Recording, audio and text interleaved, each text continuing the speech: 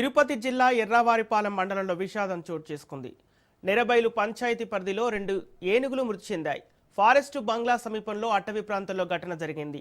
విద్యుత్ తీగలు తగిలి ఏనుగులు మృతి చెందినట్లు ఫారెస్ట్ అధికారులు గుర్తించారు. అడవి పందుల నుంచి పంట రక్షణ కోసం రైతులు విద్యుత్ కంచె ఏర్పాటు చేశారు. విద్యుత్ కంచె తగిలి ప్రాణాలు కోల్పోయారు గజరాజులు. ఘటనా స్థలానికి అటవీ శాఖ అధికారులు చేరుకున్నారు.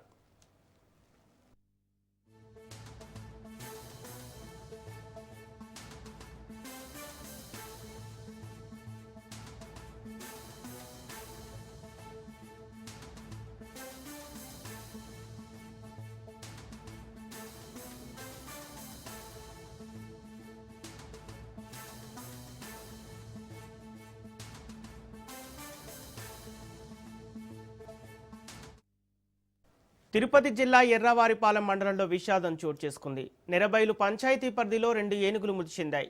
ఫారెస్ట్ బంగ్లా సమీపంలోని అటవీ ప్రాంతంలో ఘటన చోటు చేసుకుంది. విద్యుత్ తీగలు తగిలి ఏనుగులు మృతి చెందినట్లు ఫారెస్ట్ అధికారులు గుర్తించారు. అడవి పందుల నుంచి పంట రక్షణ కోసం రైతులు విద్యుత్ కంచె ఏర్పాటు చేశారు. విద్యుత్ కంచె తగిలి ప్రాణాలు కోల్పోయాయి గజరాజులు. ఘటనా స్థలానికి అటవీ శాఖ అధికారులు చేరుకున్నారు.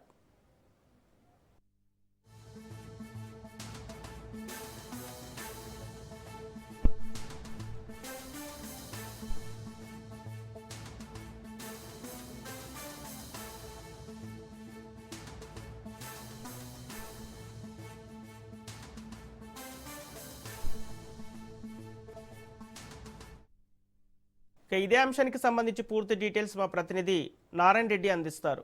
నారాయణ రెడ్డి, తిరుపతి జిల్లా ఎర్రవారిపాలెంలో ఏనుగులు మృతి చెందడానికి గల కారణాలేంటి? సంపత్, తిరుపతి జిల్లా చంద్రగిరి నియోజకవర్గం ఎర్రవారిపాలెం మండలంలో తీవ్ర విషాదం చోటు చేసుకునింది. ఎర్రవారిపాలెం మండలానికి సంబంధించి నెరబైలు పంచాయతీ పరిధిలో ఏనుగుల గుంపులో 2 ఏనుగులు మృత్యువాత పడ్డాయి. అంటే పూర్తిగా నెరబైలు పంచాయతీ పరిధిలోని అటవీ ప్రాంతానికి సమీపంలో ఉన్న ఫారెస్ట్ బంగ్లా వద్ద ఈ యొక్క ఘటన చోటు చేసుకుంది. అంటే ఏదైతే గత కొద్ది రోజులుగా ఒక 13 ఏనుగులు గుంపు ఆ యొక్క ప్రాంతాల్లో గత కొద్ది రోజులుగా సంచరిస్తూ రైతులకు కంటి మీద కునుకు లేకుండా చేస్తున్నాయి. ఈ క్రమంలోనే నిన్న రాత్రి కూడా ఆ యొక్క ఏనుగుల గుంపు ఆ పంట పొలాలపైన దాడి చేసే క్రమంలోనే ఆ యొక్క ఏదైతే ఆ ఏనుగులు మృతి చెందిన ఆ పొలాల్లో కూడా తరచూ ఈ యొక్క అడవి పందులు నక్కలు వచ్చి దాడులకు పాల్పడుతున్న క్రమంలోనే రైతులు విద్యుత్ తీగలను తీసినట్టుగా తెలుస్తుంది. ఆ విద్యుత్ తీగలకు తగిలి ఈ యొక్క 2 ఏనుగులు కూడా దుర్మరణం చెందినట్టు తెలుస్తుంది. అంటే పూర్తిగా అడవి జంతువులను నియంత్రించే క్రమంలోనే ఆ యొక్క విద్యుత్ తీగలను కూడా లాగినట్లుగా కూడా తెలుస్తుంది. ఏదైతే ఈ యొక్క విషాదకరమైన ఈ సంఘటన అక్కడ ఉన్న అటవీ శాఖ అధికారులను తీవ్ర దిగ్భ్రాంతి గురిచేస్తుంది. అంటే పంట పొలాల్లో విద్యుత్ తీగలు తీయడం చట్టరీత్యా నేరమైనప్పటికీ పంట పొలాలను కాపాడుకునే క్రమంలోనే విద్యుత్ తీగలు తీసినట్లు కూడా తెలుస్తుంది. పూర్తిగా సమాచారం అందుకున్న అటవీ శాఖ అధికారులు సిబ్బంది కూడా హుటాహుటిన సంఘటనా స్థలానికి చేరుకున్నారు. అంటే ఏదైతే చనిపోయిన ఏనుగులు మగవ ఆడవ అనేది కూడా పూర్తిగా నిర్ధారించాల్సిన పరిస్థితి ఉంది. అట్లాగే వాటి వయసును కూడా నిర్ణయించాల్సిన పరిస్థితి కూడా ఉంది. పూర్తిగా ఏదైతే ఈ జరిగిన సంఘటన అయితే చాలా విషాదకరమైన చెప్పాలి.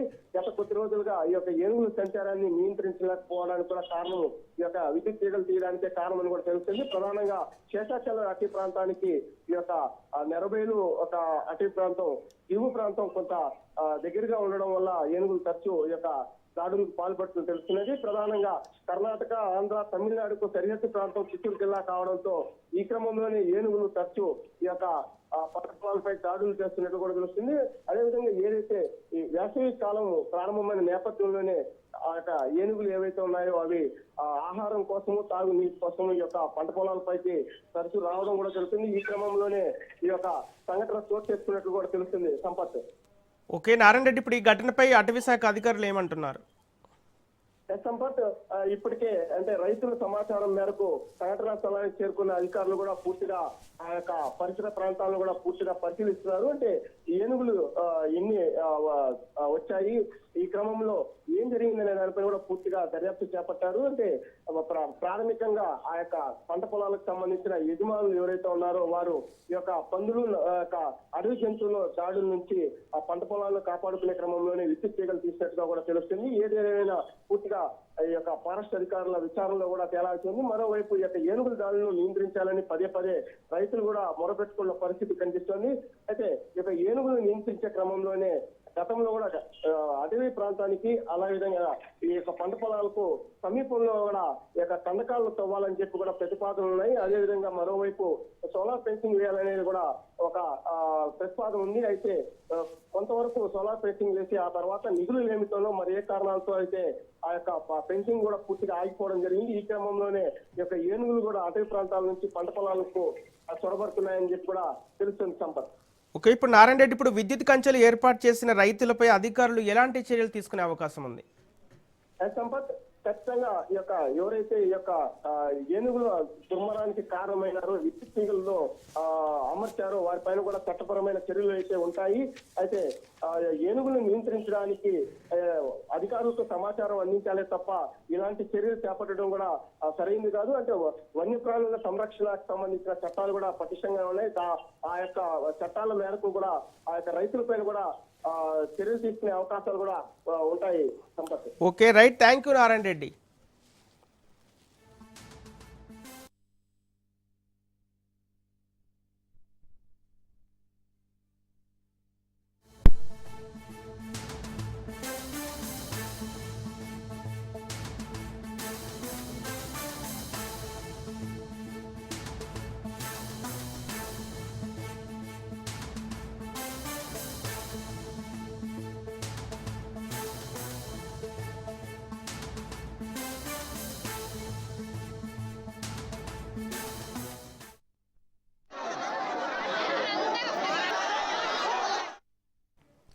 యాదాద్రి జిల్లా మోత్కూరు రామలింగేశ్వర స్వామి జాతరలో అపశృతి చోటు చేసుకుంది. స్వామివారిని మోస్తూ అగ్నిగుండం దాటుతుండగా భక్తుల మధ్య తోపులాట చోటు చేసుకుంది. ఈ సమయంలో పలువురు భక్తులు అగ్నిగుండాల్లో పడిపోయారు. ఇద్దరికి తీవ్ర గాయాలు కావడంతో అధికారులు ఆసుపత్రికి తరలించారు.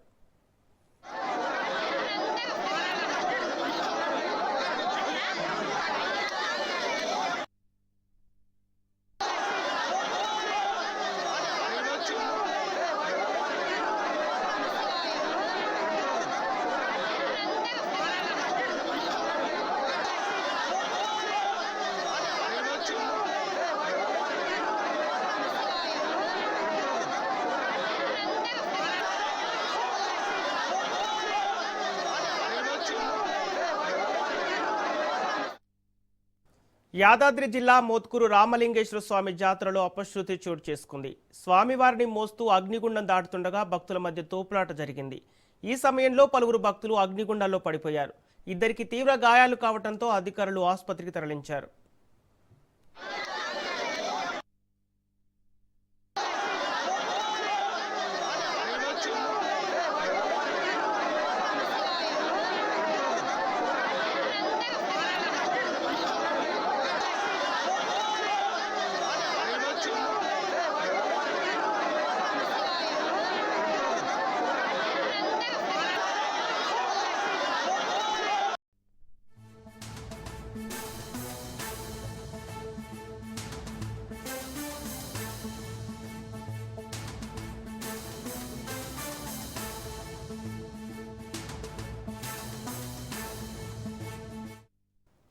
ఇవాళ కూకట్పల్లిలో సీఎం రేవంత్ రెడ్డి పర్యటించనున్నారు. ఆధునీకరించిన చెరువును ప్రారంభించనున్నారు. ఇక సీఎం పర్యటన సందర్భంగా బీఆర్ఎస్ నేతలను ముందస్తు అరెస్ట్ చేస్తున్నారు. బీఆర్ఎస్ నేతల ఇళ్ల ముందు పోలీసులు మోహరించారు. పోలీసుల తీరుపై బీఆర్ఎస్ నేతలు మండిపడుతున్నారు.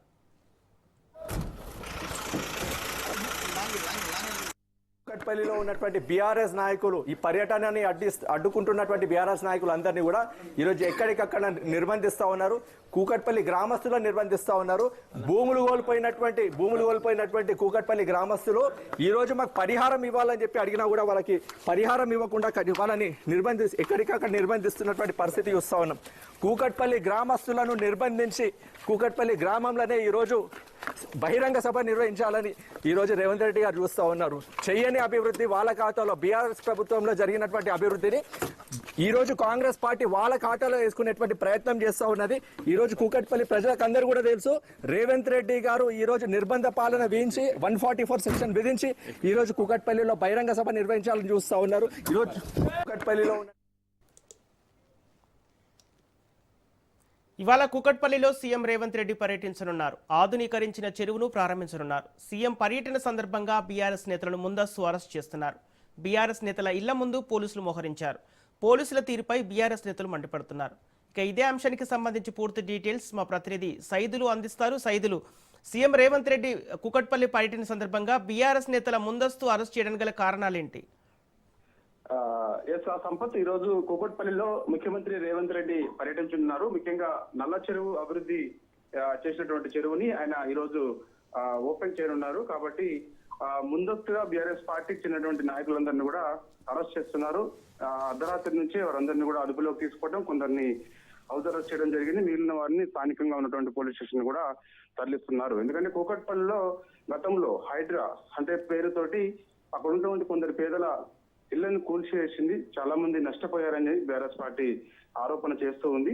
ఎవరైతే నష్టపోయారో వారిని రాష్ట్ర ప్రభుత్వం ఆదుకోవాలని మొదటి నుంచి డిమాండ్ చేస్తున్నప్పటికీ పట్టించుకోవడం లేదని చెప్పేసి కూడా ఒక ఆరోపణ చేస్తున్నారు బీఆర్ఎస్ పార్టీకి చెందిన నాయకులు. కాబట్టి ముఖ్యమంత్రి రేవంత్ రెడ్డి పర్యటన సందర్భంగా బీఆర్ఎస్ పార్టీ నాయకులు అడ్డుకునే అవకాశం ఉంది అని ఇంటెలిజెన్స్ వ్యవస్థ ద్వారాగా గుర్తించి వెంటనే వారందరినీ కూడా అర్ధరాత్రి నుంచి కూడా అదుపులోకి తీసుకోవడం జరుగుతుంది. వారందరినీ కొందరు నవదరస్ కూడా చేయడం జరుగుతుంది. 144 సెక్షన్స్ కూడా అవసరమైతే పెడతామని చెప్పేసి కూడా అధికారులు చెప్తున్నటువంటి పరిస్థితి అక్కడ నెలకొంది. హైడ్రా కారణంగా బుచ్చమ్మ కుటుంబాన్ని ఆదుకోవాలని ప్రధానంగా డిమాండ్ ఎక్కువగా వినిపిస్తుంది. ఎందుకంటే హైడ్రా ఎప్పుడైతే కాంగ్రెస్ ప్రభుత్వం అధికారంలోకి వచ్చిన తర్వాత హైడ్రా తీసుకొచ్చిందో అప్పుడు ఈ యొక్క ఎక్కడైతే బఫర్ జోన్ లో అదేవిధంగా ఎఫ్టీఎల్ లో ఉన్నటువంటి ఇళ్లని ప్రభుత్వం కూల్చివేస్తూ వస్తుంది. బఫర్ జోన్ లో తన ఇల్లు ఉన్నదేమో, తన ఇల్లు కూల్చేస్తుందేమో అని అనుమానంతో బుచ్చమ్మ అనే ఒక వృద్ధురాలు ఆమె ఆత్మహత్య చేసుకొని చనిపోవడం జరిగింది. ఆమె కుటుంబాన్ని బీఆర్ఎస్ పార్టీ వెళ్లి పరామర్శించి ఆర్థిక సహాయం కూడా చేయడం జరిగింది. కాబట్టి బుచ్చమ్మ కుటుంబాన్ని ఆదుకోవాలి. హైడ్రా కారణంగానే ఆమె భయంతో ఆమె ఆత్మహత్య చేసుకుంది, వాళ్ళ కుటుంబం రోడ్డున పడింది. కాబట్టి అలాంటి వారు చాలా మంది ఉన్నారు. ఇవాళ హైడ్రా పేరుతోటి విధ్వంసం సృష్టిస్తున్నారని చెప్పేసి కూడా బీఆర్ఎస్ పార్టీ ఆరోపణ చేస్తూ వస్తుంది.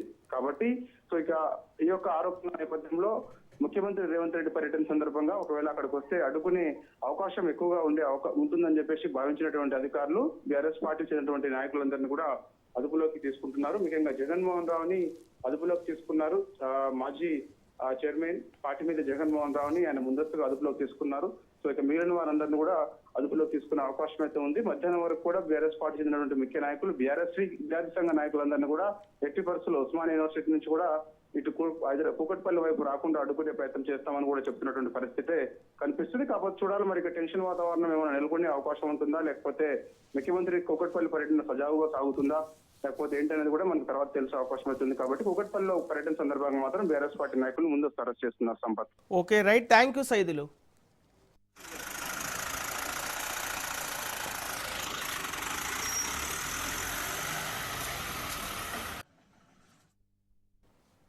ఇప్పుడు బులెటిన్లో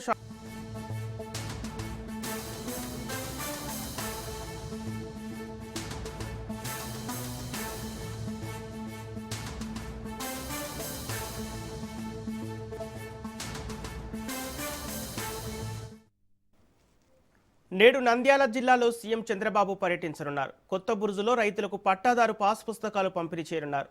రైతులు కార్యకర్తలతో చంద్రబాబు సమావేశం కానున్నారు. బహిరంగ సభలో పాల్గొననున్నారు.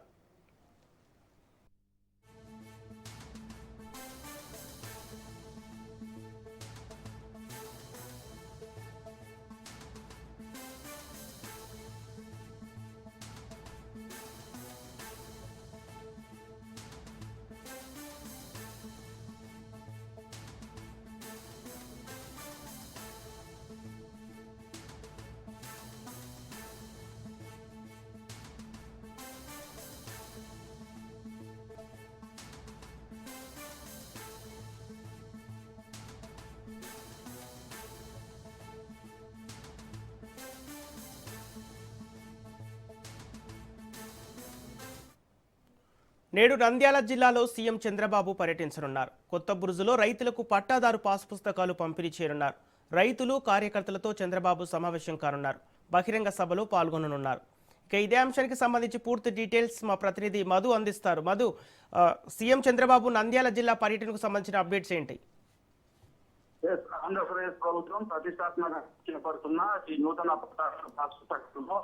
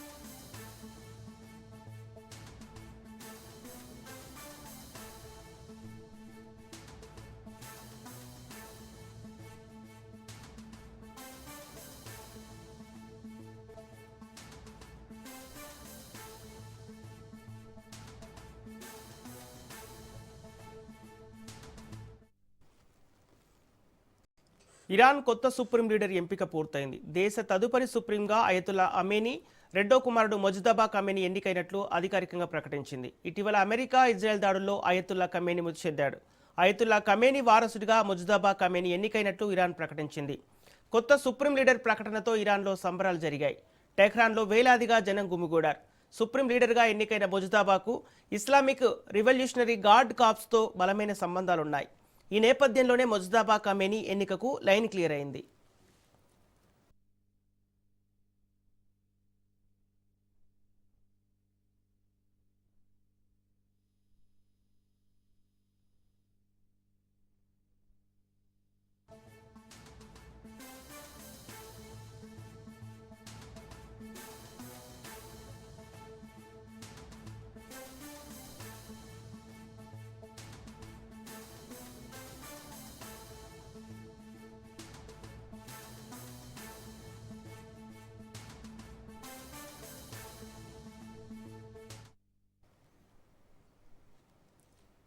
ఇరాన్ కొత్త సుప్రీం లీడర్ ఎన్నికపై అమెరికా అధ్యక్షుడు ట్రంప్ స్పందించారు. తమ అప్రూవల్ లేనిదే ఇరాన్లో ఏ నాయకుడు ఎక్కువ కాలం పదవిలో కొనసాగలేడన్నారు. ట్రంప్ వ్యాఖ్యలతో ఇరాన్ కొత్త సుప్రీం లీడర్పై దాడి జరిగే అవకాశం ఉందనే చర్చ జరుగుతోంది.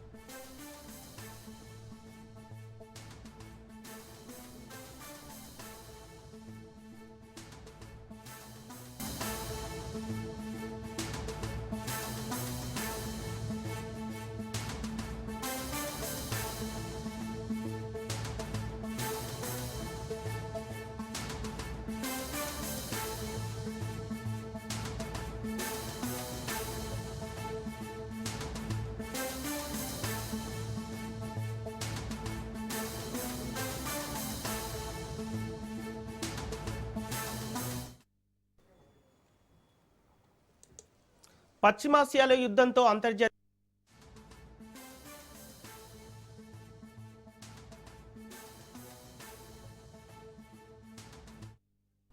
ఇరాన్ ఇజ్రాయెల్ యుద్ధ ప్రభావంతో దేశీయ స్టాక్ మార్కెట్లు భారీ నష్టాలతో ప్రారంభమయ్యాయి. 2000కు పైగా పాయింట్ల నష్టాలతో సెన్సెక్స్ ప్రారంభమైంది. నిఫ్టీ 700 పాయింట్ల పతనమైంది. బ్యాంకింగ్ రంగం కుప్పకూలింది.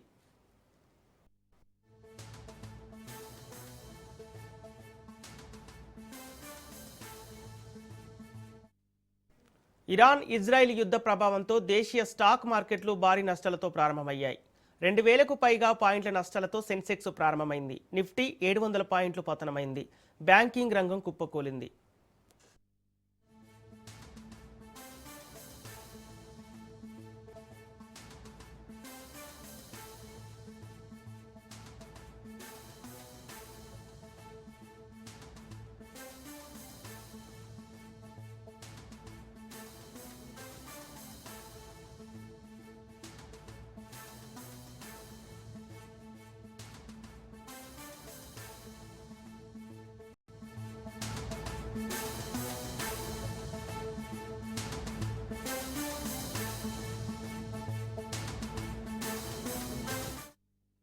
నేటి నుంచి రెండో విడత పార్లమెంటు సమావేశాలు జరగనున్నాయి. ఏప్రిల్ 2 వరకు సమావేశాలు కొనసాగనున్నాయి.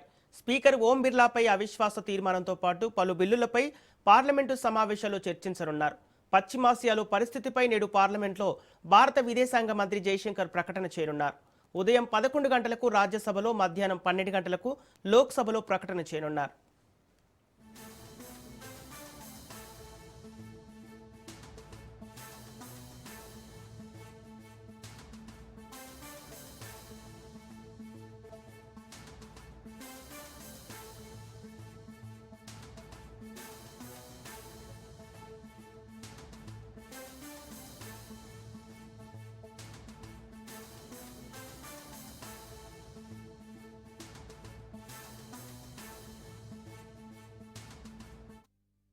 నేటి నుంచి రెండో విడత పార్లమెంటు సమావేశాలు జరగనున్నాయి. ఏప్రిల్ 2 వరకు సమావేశాలు కొనసాగనున్నాయి. స్పీకర్ ఓం బిర్లాపై అవిశ్వాస తీర్మానంతో పాటు పలు బిల్లులపై పార్లమెంటు సమావేశాల్లో చర్చించనున్నారు. పశ్చిమాసియాలో పరిస్థితిపై నేడు పార్లమెంట్లో భారత విదేశాంగ మంత్రి జైశంకర్ ప్రకటన చేయనున్నారు. ఉదయం 11 గంటలకు రాజ్యసభలో, మధ్యాహ్నం 12 గంటలకు లోక్సభలో ప్రకటన చేయనున్నారు.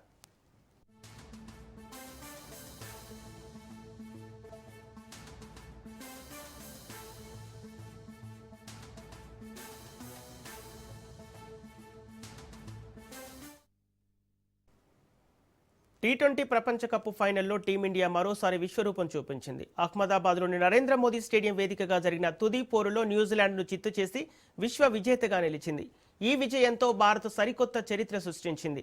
2007, 2024 తర్వాత ఇది టీమిండియాకు మూడో టీ20 వరల్డ్ కప్ కావటం విశేషం. 3 సార్లు టీ20 వరల్డ్ కప్ గెలిచిన తొలి జట్టుగా టీమిండియా రికార్డు నెలకొల్పింది. దీంతో పాటే ఆతిథ్య జట్టు వరల్డ్ కప్ నెగ్గడం కూడా ఇదే తొలిసారి. అంతేకాదు టీ20 ప్రపంచ కప్ చరిత్రలో డిఫెండింగ్ ఛాంపియన్గా బరిలోకి దిగి టైటిల్ను నిలబెట్టుకున్న తొలి జట్టుగా టీమిండియా రికార్డుకెక్కింది. సొంత గడ్డపై జరిగిన ఈ మెగా ఫైనల్లో భారత్ ఏకంగా 96 పరుగుల తేడాతో న్యూజిలాండ్పై ఘన విజయం సాధించి ట్రోఫీని ముద్దాడింది.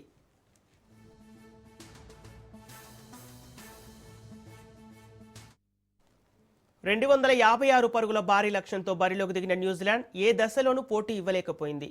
భారత బౌలర్ల దాటికి కివీస్ బ్యాటర్లు పెవిలియన్కు క్యూ కట్టారు. భారత ఫేస్ దళపతి జస్ప్రీత్ బుమ్రా తన మ్యాజిక్ బౌలింగ్తో కివీస్ పతకాన్ని శాసించాడు. కేవలం 15 పరుగులు ఇచ్చి 4 కీలక వికెట్లు పడగొట్టి ప్రత్యర్థి వెన్ను విరిచాడు. న్యూజిలాండ్ ఇన్నింగ్స్లో వికెట్ కీపర్ టిమ్ స్టెఫర్ 52 పరుగులు, కెప్టెన్ మిచెల్ శాంటన్ మాత్రమే పోరాడారు. వీరిద్దరూ మినహా మిగిలిన బ్యాటర్లు ఎవరూ క్రీజ్లో నిలవలేకపోయారు. ముఖ్యంగా Daryl Mitchell, Finn Allen, Rachin Ravindra వంటి స్టార్ ప్లేయర్లు విఫలమవడంతో కివీస్ 19 ఓవర్లలో 159 పరుగులకే ఆలౌట్ అయింది. భారత బౌలర్లలో బుమ్రా 4, అక్షర్ పటేల్ 3 వికెట్లు